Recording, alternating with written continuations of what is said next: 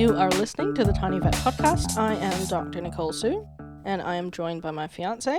Jez Watts. I now have a rhyme because I spent some time. That was it. That's it. Good for you. Well, you only gave me like 30 seconds between the last record. Are you happy with yourself? No, I'm disappointed. Good. And today's topic, which does disappoint a lot of people, actually, is why we can't ever say that any general anesthetic is 100% safe. Right. It disappoints a lot of people when I tell them that. Well, yeah, maybe the statistic is wrong. I think, isn't like 2% of all complications, this is in human medicine, 2% of all complications are anesthetic related. Oh, probably. Yeah. I thought. And if that's the case in human medicine... I made that up from nothing. But there's 100% some percentage. Yep. Even in human medicine, even in elective procedures, so, cosmetic surgery, you can't ever the say... fact that you're getting put under is a risk. Absolutely. And if that's the case in human medicine, the animals can't tell us what's wrong. Right. Of course, it's going to be an increased risk. And I feel like because they're smaller, it's probably less leeway. There's less leeway, but also things like, for example, surface area, they lose body heat a lot more quickly.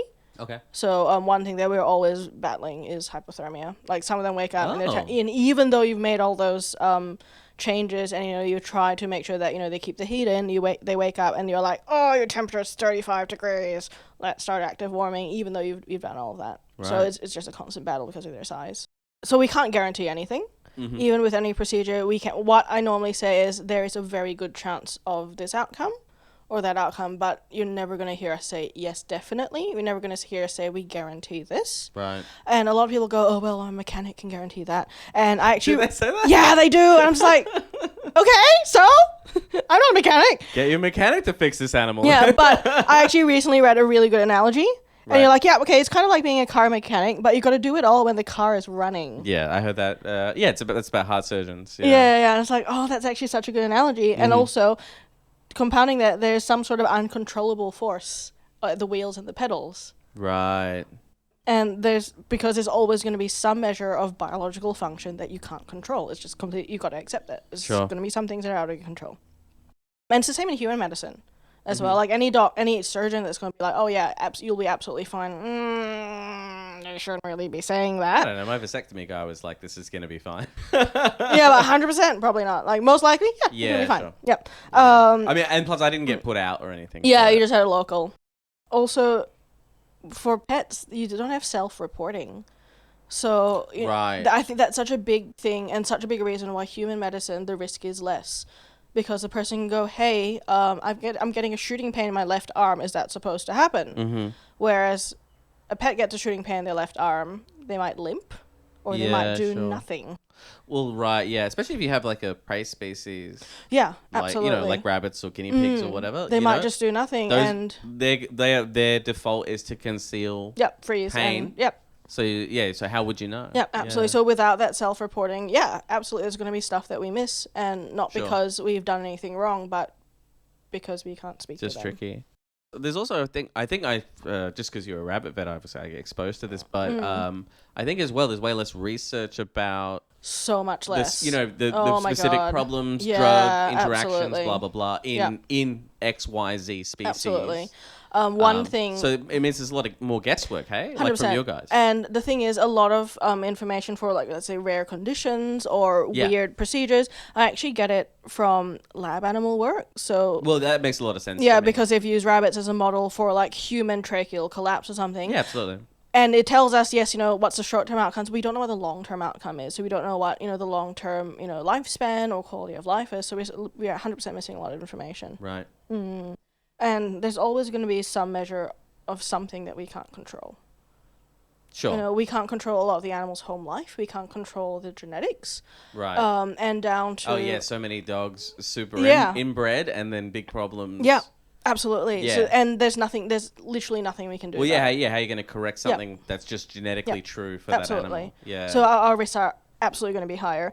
We take measures to reduce the risk as much as possible. Mm-hmm. So in a pre-anesthetic blood and urine testing, that's something that I'm quite a strong proponent of, especially for our older bunnies.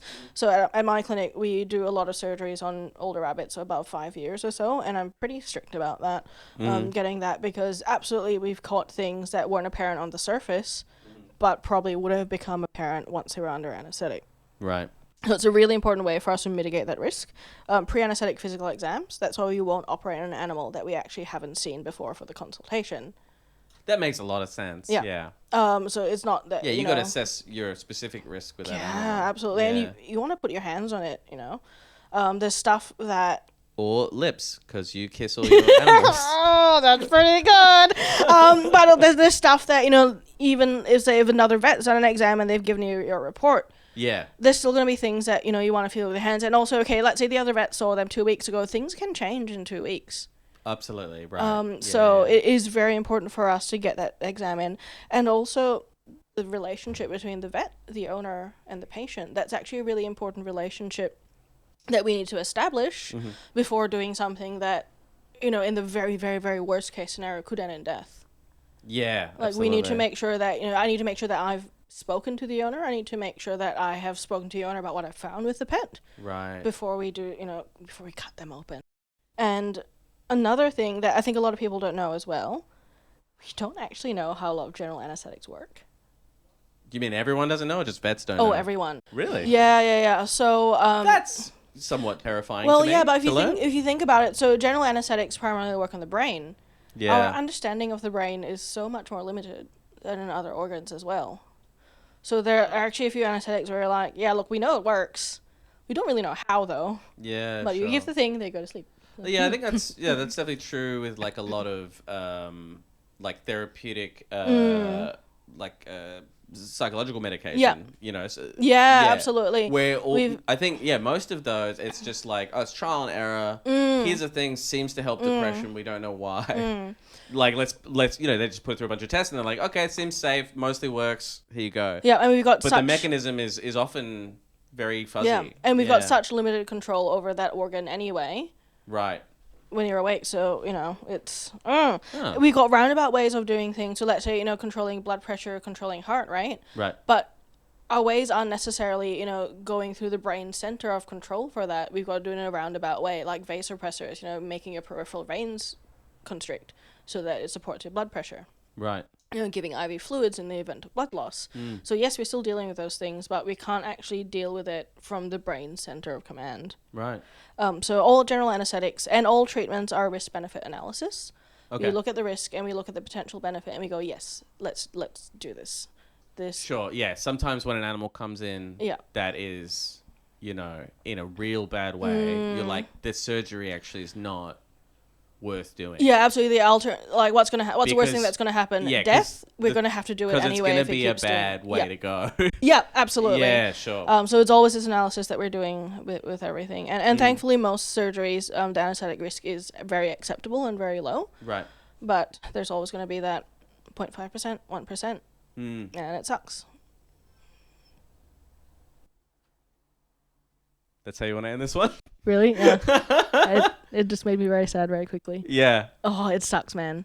I remember when I was a younger vet and I didn't know my limits as well for that before. And I CPR'd this patient that crashed and I kept him going for he was brain dead, but I kept him going for 5 hours because I was like, maybe. And then when he crashed for a second time, then I was like, all right, you're being silly, but man, it sucks. You're right. That's a much happier note. The Tiny Vet podcast is brought to you by Upilio. Sources for our topics can be found at upilio.io. Outro music by Matt Charleston.